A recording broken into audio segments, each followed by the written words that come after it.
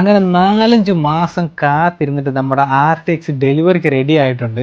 ഇത്രയും നാളും കാത്തിരുന്നതിൻ്റെ ഒരു ആ എക്സൈറ്റ്മെൻറ്റ് അത് പറഞ്ഞറിയിക്കാൻ പറ്റില്ല.